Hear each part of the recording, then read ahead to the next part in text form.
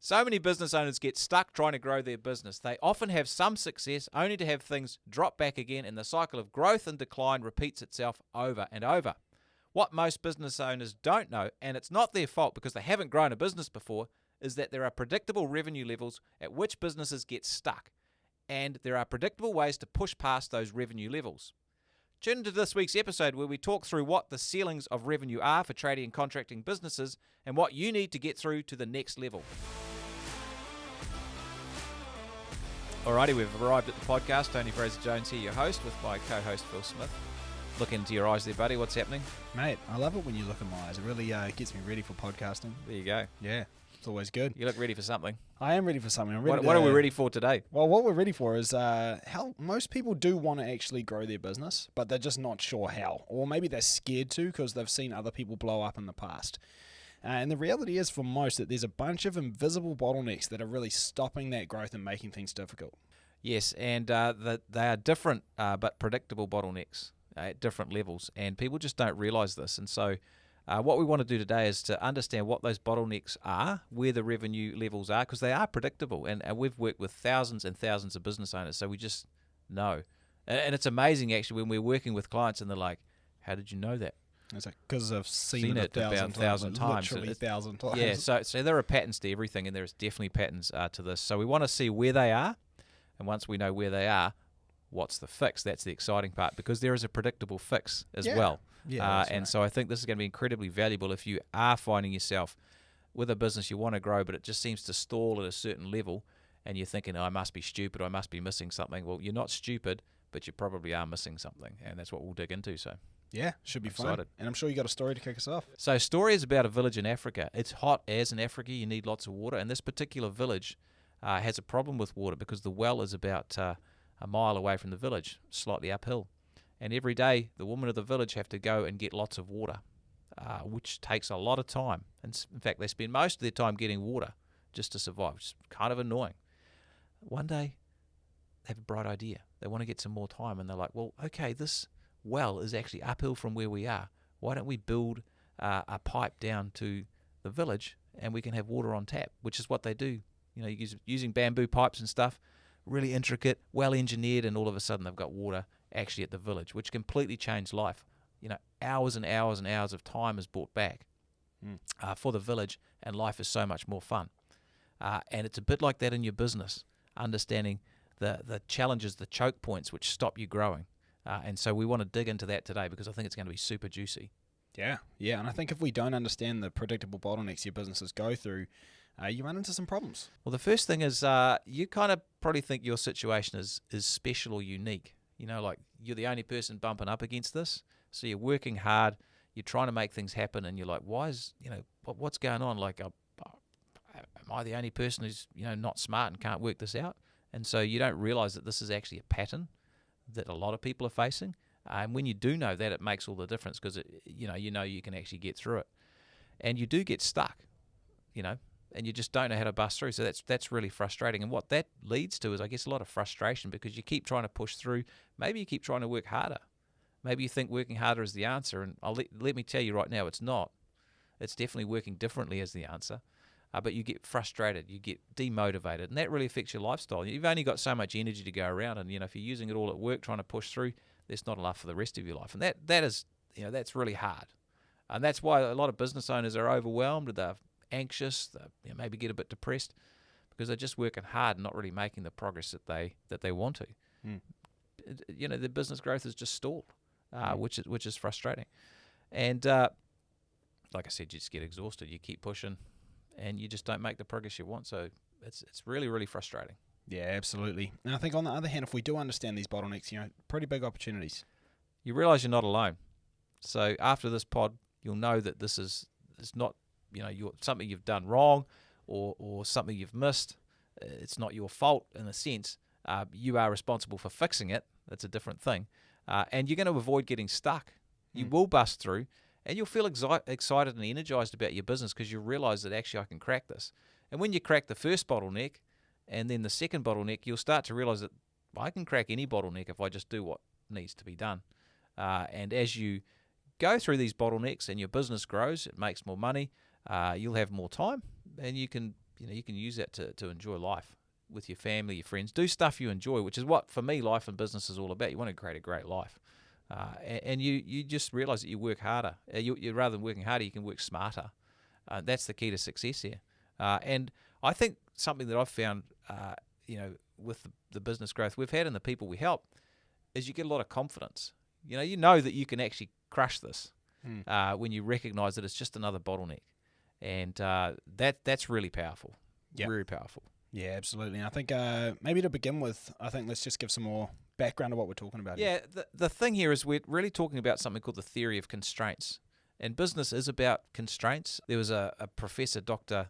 Ali Goldritt, who developed this theory called the theory of constraints. And basically what it means is that every system has a constraint that if that constraint was removed, then the system would perform better relative to the goal that it has. And so in business, obviously our goals are profit and time. And so there'll be something in your business. There'll be one thing right now, which is the main blockage, the main thing that's stopping your business growing. And so today we're going to identify what that is. And if you think about it in this way, if you've got a glass of water, and if that glass of water is your business, the capacity of your business, now if you want to make more water or more profit, if you just pour more water on it, it doesn't matter. It's just going to flow over the side. Basically, you need a bigger glass to catch more water or more profit, as it were. And so this is about understanding the size of your glass as a constraint. We've got to get a bigger glass. So that's the key. And so what we've found is the glass, or the revenue, if you like, or the profit you can make, it's predictable. The level at which it stalls is predictable. And the level and what you need to do to bust through to the next level is predictable. The predictable part of it is that it's about people. It's about employees and roles that you have in your business. And so to get to the next level, you need a different role in your business. You need someone else. So it's really a question of organization structure, of hiring, of people and team, which are the big constraints, if you like, in your business that we have to unlock to get to the next level. And I think you're the expert at what those levels are. So I think that would be pretty helpful to dig into. Yeah, well, let's go through them. So, I mean, for us, we see, and it could be slightly more or slightly less depending on any business, but they're pretty standard. There are bottlenecks which will arrive at about $20,000 of revenue per month, $50,000 worth of revenue per month, $100,000 worth of revenue per month, $150,000. The next one's at $250,000. Next one's at $500,000, and then it goes on and on and on. And the gap gets a bit bigger every time, but they're pretty consistent that people will stall at those levels. So 20,000 is the first one, then 50,000, then 100, then 150, and then 250. And we'll go through why. So the reason you stall at 20,000 is pretty simple. Is you've started a business, you've gone out on your own, you're probably a sole trader, a one-man band, running around in a van, and you're doing work and it's going all right. But at about $20,000 worth of revenue per month, you just can't do any more work on your own.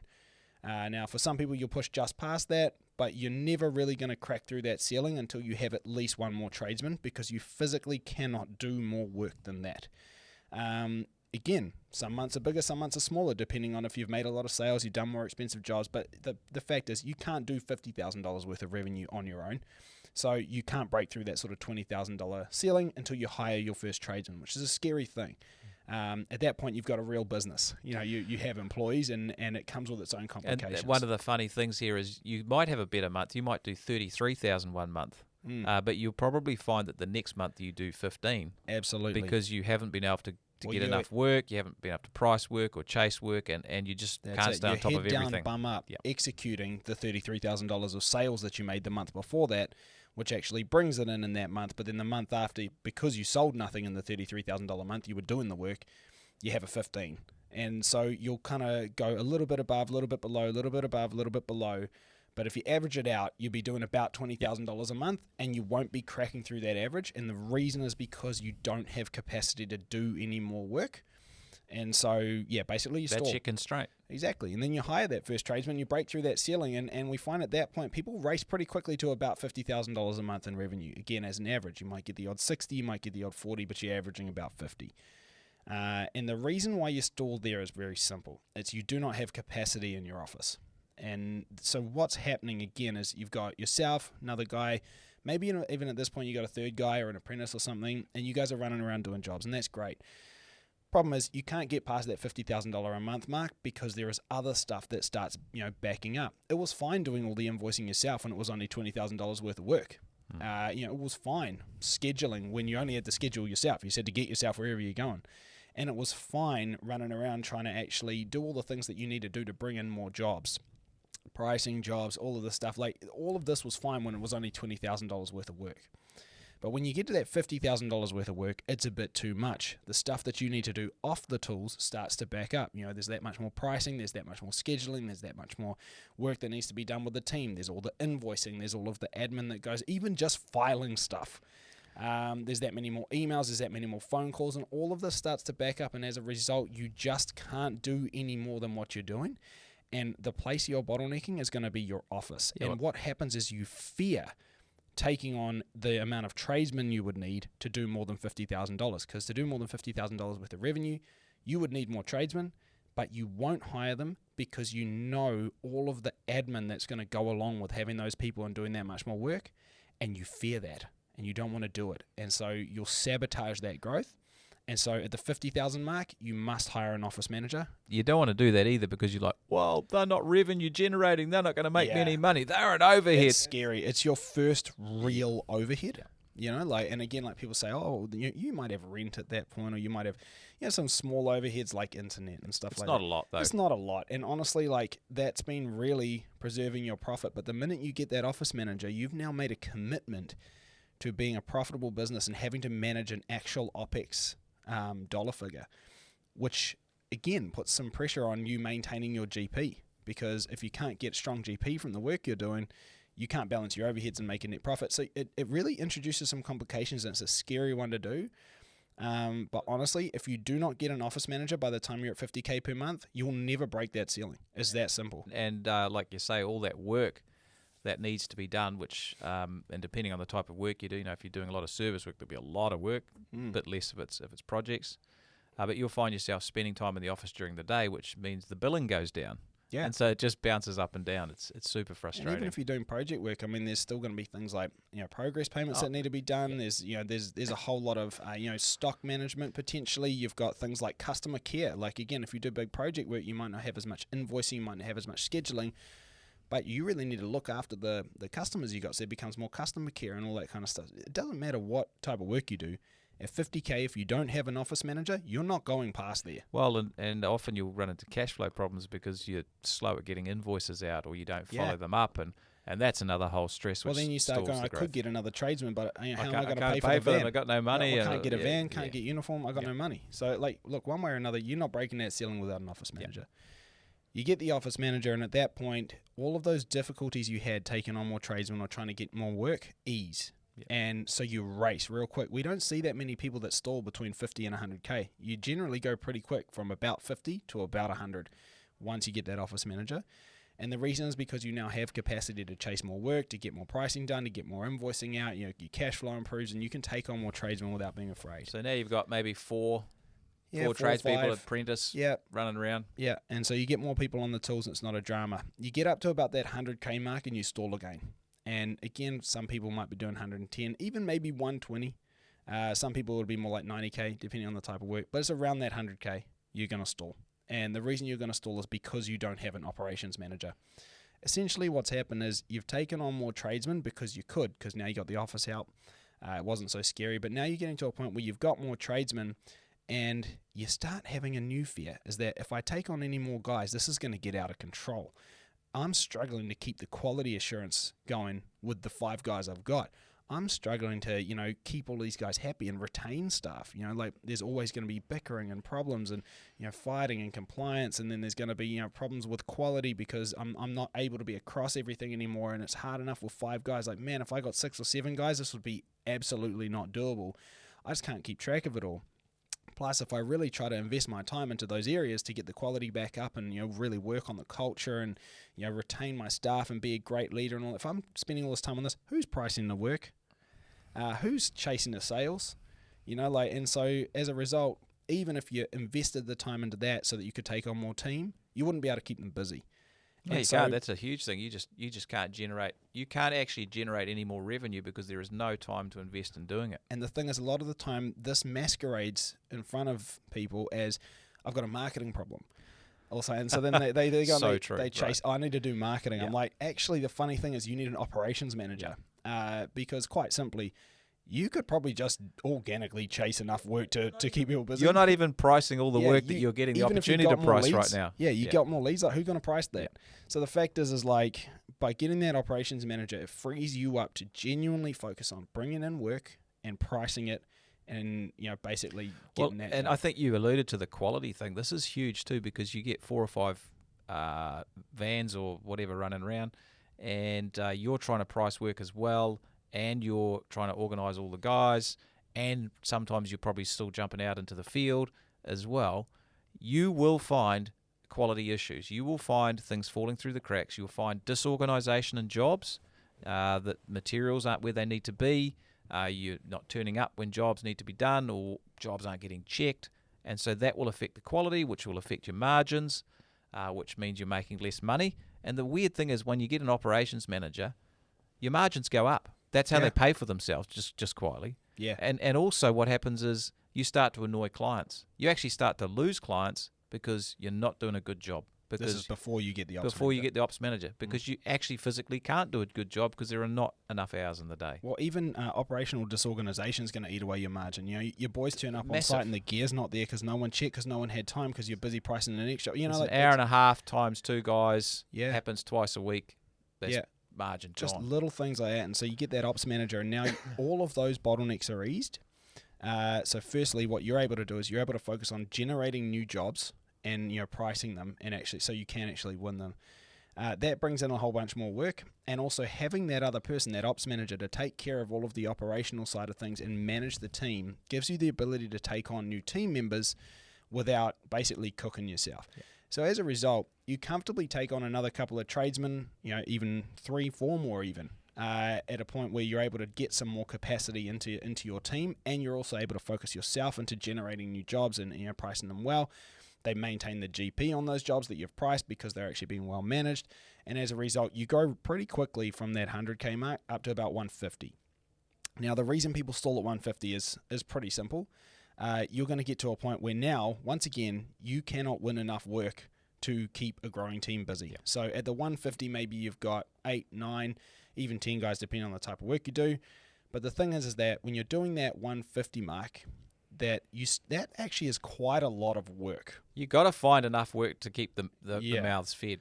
That's it, and it's quite a lot of jobs, and it's quite a lot of pricing. So if you do, like maintenance work, and you're doing a lot of like reactive maintenance, like small job service work, then that's heaps of work, like 150. This is a lot of jobs. And if you do large projects, it's like it might not be that many jobs, but the type of jobs that you're pricing take a long time, a lot of care, and there's a lot of room for error. Yep. You got to be sharp as with your variations. All of this takes a lot. And you don't win them all as well. time. So even if you need 3 jobs, it probably means you need to price 5 jobs. Well, yeah, I mean, honestly, some people would be worse. So especially that's if right. you're going to open tender with large commercial projects. Yeah. So the point is that's a lot of time for pricing. And so the thing is that you can't break that 150 ceiling for a couple of reasons. But the biggest one is that honestly, you just can't win that much work because you can't price that much work. It's a full-time job at that point.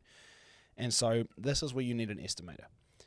If you don't have an estimator at that 150 mark, you're probably not going much further than 150 because you simply cannot price that much work, or you yourself become a full-time estimator and now no one's steering the ship. It's one or the other. You might get a month where you hit 200, but you just cannot do it consistently, and that's the point because your pipeline is just not full enough. And as a result, you'll always hesitate to grow your team in the field anymore because you'll always have the fear of what if I can't keep them busy? And the problem is that fear is actually valid because you literally do not have the capacity to keep them busy consistently. Because the constraint is can't get enough work, and that constraint is the estimator. That's it. And so then you get the estimator, and people actually race right from 150 almost all the way to 250K a month. It's incredible, point. right? It's incredible. It blows people's minds when that happens, and it's like, yeah, seen it.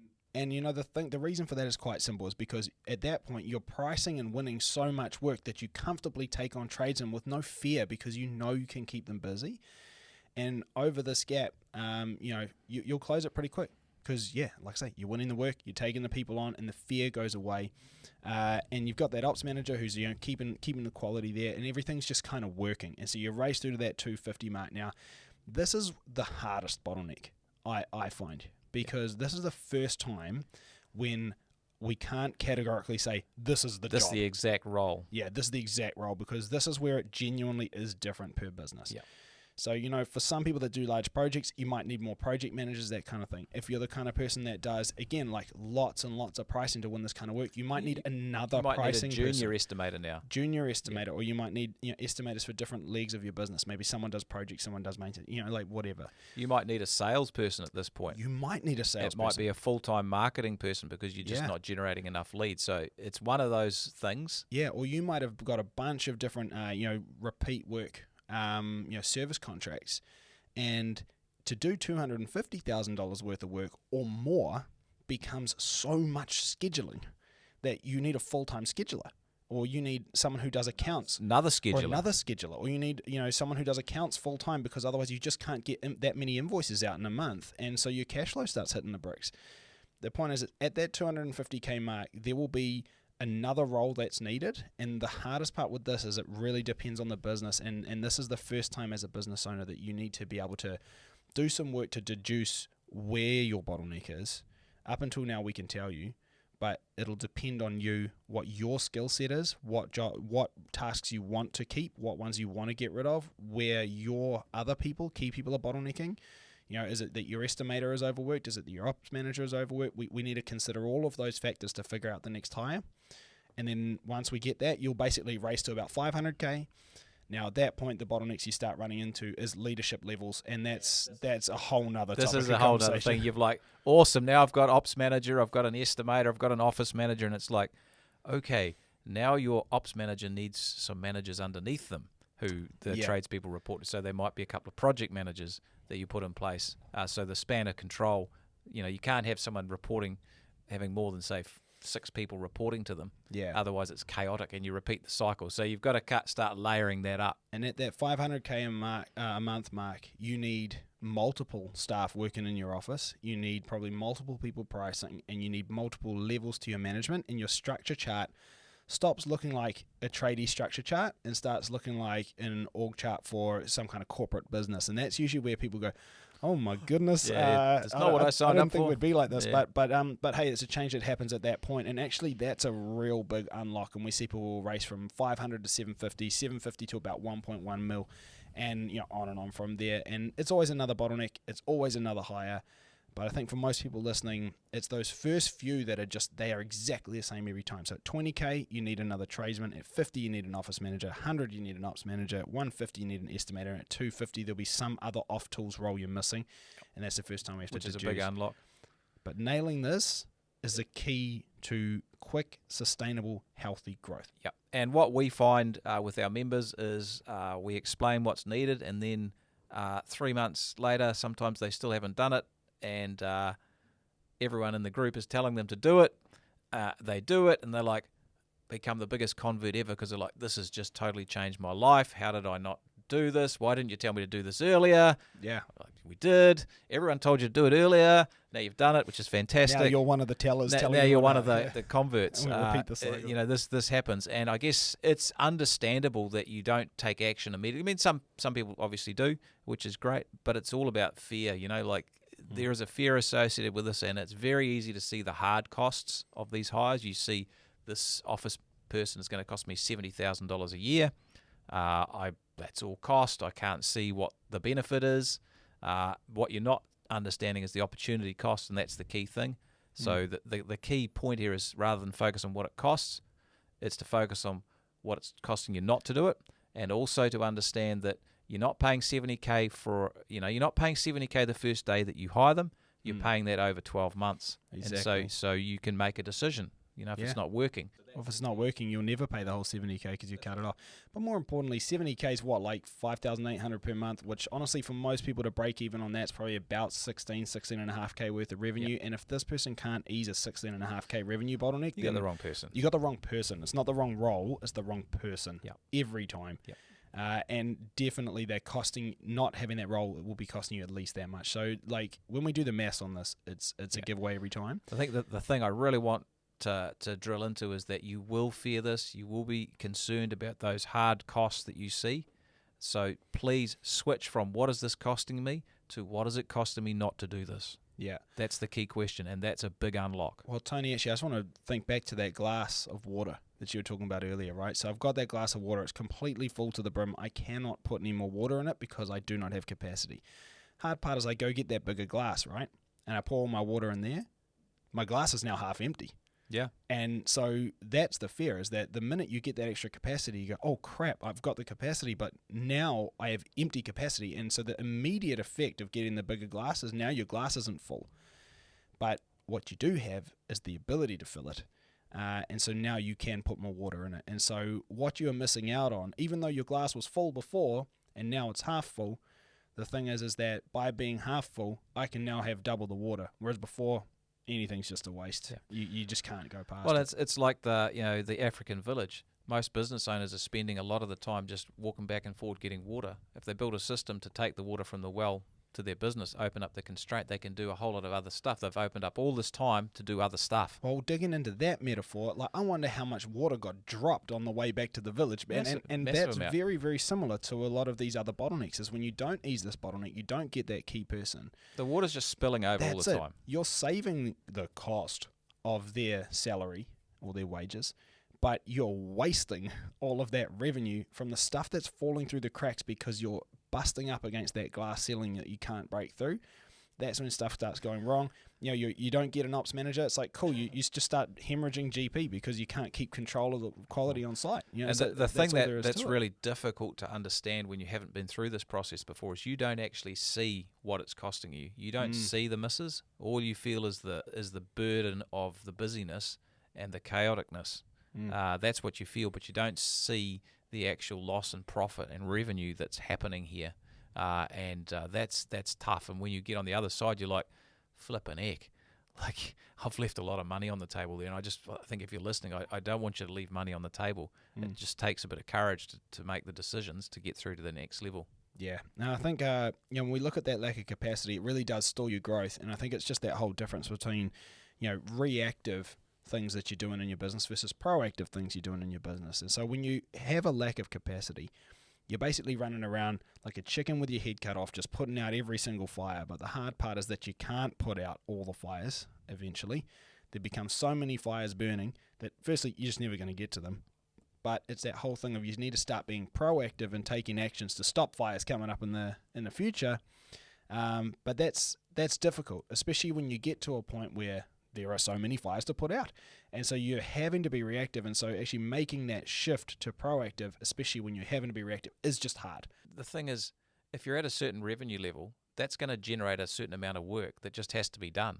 And so if you don't have the team, the revenue level you're at, if you're at 100K, you've got the team to deal with 100K. And that's all you can deal with. Because if you want to go past 100K, it actually requires you to do some stuff that you're not doing. Yeah.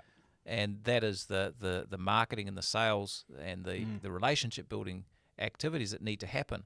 And they just take time. And if all your time's spent just doing what you're doing now, that other stuff won't happen. And that's why the lack of capacity stalls your growth. Yeah. I mean, like, it doesn't matter what it is. There might be different systems that you need to build to actually run a team that big. There might be, different cultural things that you need to bake in, meeting rhythms or different kinds of activities that you're doing as a group which need to start happening, but they can't because no one's got time. There's different ways, as you say, like marketing and sales activities you've never had time to do or never had time to do properly that would need to happen for you to actually get that kind of growth, but you won't have time to do it because you lack the capacity. I mean, it's no matter what, there's stuff that you're not doing right now, which is why you're not further ahead. And the reason that you're not doing those things is largely because you don't have time. You have a capacity problem. Whereas if you had the capacity, those things would be done and the growth would come very quick. And I think that's why a lot of the time we fear, I'm at 100K per month, and I might even deep down I know I need that ops manager, but I'm like, yeah, but at 100K a month, adding that overhead's going to really hurt my profit. I'm like, but the minute you add it, you tend to get to 150 real quick, and at that point it balances way easier. But the thing is, you have to invest before you get a return on investment. You don't get the return before the investment. That's ridiculous. It's like saying, hey, I want to pick all the fruit, but I haven't planted the tree. I'll plant the tree after I get the fruit. Like, that's ridiculous. Yeah. It's not how life works. Certainly not how business works. Absolutely not. And so you always have to take that leap. You have to invest in advance. That's it. It's really all it comes down It's to. the same with investing in shares or property. On anything, right? Yeah, you can't say, oh, I want to get, I'm putting $100,000 in. Can you give me the $10,000 before I put the money in at 10%? Yeah. It doesn't work. You've got to put the money in Yeah. for the year to get the 10%. That's how it works. And it's exactly the same with business. Well, it's like saying, I want to buy this $1 million house, and I'm pretty sure that within a year it'll be worth 1.1. But instead of getting out $1 million loan, what I want to do is I want the bank to give me $1.1 million now, and at the end of the year I'll give you $1 million of it back. It's like, that's ridiculous. Why would anyone do that? It's not how life works. 100%. And I think ultimately this is about understanding what the constraint is. That theory of constraints, there is one constraint, and that is a hire. And we bust through that because it allows us to create more capacity. And the thing about this is it's important to understand that it's difficult to let go of control. But if you want growth, you have to let go of control and do this. You have to plan your structure out in advance. What are the next roles I need? Plan them out, and then start hiring them. And you've got to hire these roles in advance if you want to make it work. And I think a great rule that we've found is the 80% rule. If you know this stuff, when you're getting to 90,000 or 85,000, that's the time to hire the ops manager, because at least you're not completely tapped out now. You've got a little bit of time to actually put some effort into this, because here's the thing. Hiring people takes time. And often people don't do this because they are so jammed up. The thought of actually even scheduling an interview or finding the time to write a job ad or going through that process is like, oh, I'm just too busy this week, I'll get to it next week. And that rolls over for 6 months. And they just literally don't have the capacity or the headspace because they're so tapped out to actually do it. So the 80% rule is a great rule. When you're at 80% capacity to the next bottleneck, which we've talked about today, start thinking about hiring that person. It'll just make your life so much easier. Well, it's not just the time that it requires to actually hire and onboard the person. It's also all of the stuff that's already slipping through the cracks by the time they're at 100% capacity. And you can avoid that too. It's that water spilling, right? So, I mean, if you look at this, let's take that ops manager example again. If you get to that 80, 90K a month mark and you hire the ops manager then by the time you're at 100K, there aren't things slipping through the cracks. Because I tell you what, I'd rather do 90K at 40% GP than be at 100K and be 30% GP. Yep. I'm actually making less money at that point. And so the thing is, it's like, if I wait until I'm already way at capacity and needing the ops manager, my GP's already taken a hit, and honestly, I've already lost that money. I could have avoided losing that money. You're losing in the first clients place. as well because they're getting annoyed with you. Absolutely. Yep. You're losing reputation, and honestly, you might even start losing staff because they start thinking, man, this is a cockamamie organization. Well, they're not getting any love. It's and we're screwing up, we're losing, and everyone's mad, and it damages culture. And it's like, you didn't have to go there. Yeah. So I think something else here that's really important to touch on is that hard work is part of success, but it's not the answer in this situation. And I think a lot of biz owners are in this situation. I just need to work harder. I've got this. Well, I'm telling you, you don't got this, because it's actually physically impossible. It's against the laws of nature and science to actually be able to do this, because you just do not have the capacity. Yeah. And so accepting that's really important. And then the flip side of that is, you need the role to afford the role. You've got to have the role to afford the role. You've got to have that hire to afford the person. No one can afford it. Yeah. No. Well, you can't afford it because you don't have it. That's right. All there is to it. It's like a chicken and egg. Only there is an answer to this question. That's right. And you do it, and then it pays for itself. Yeah. And leads to growth, which is the big unlock here. Yeah, and I think a good barometer to use here as well as the 80% rule, is if you as the owner ever realize you're working considerably more than 40 hours per week, that's your business telling you that you've hit one of these ceilings, and whatever you're doing heaps of is probably the role that needs to be hired. It's just you're band-aiding that. And I saw Dan Martell in his podcast just recently, and he was talking about how the average business owner works 65 hours a week. Ouch. And hey, look, I believe it, man, because honestly, you and me know, you go home and it's on your mind, right? Like, and you think of things and you want to get involved and you love it. It's fun. It's your baby. You want to get stuck in, and if there's improvements you can make, you want to do it. And so you're all about it. But the real hard thing is that you can quite comfortably work 65 hours and think, man, what a good week, I nailed it. What an awesome impact I've had. I've really done some good stuff, and almost applaud yourself for it, and then go boast about it to the boys. But the problem is what your business is actually telling you at that point is you've hit one of these bottlenecks.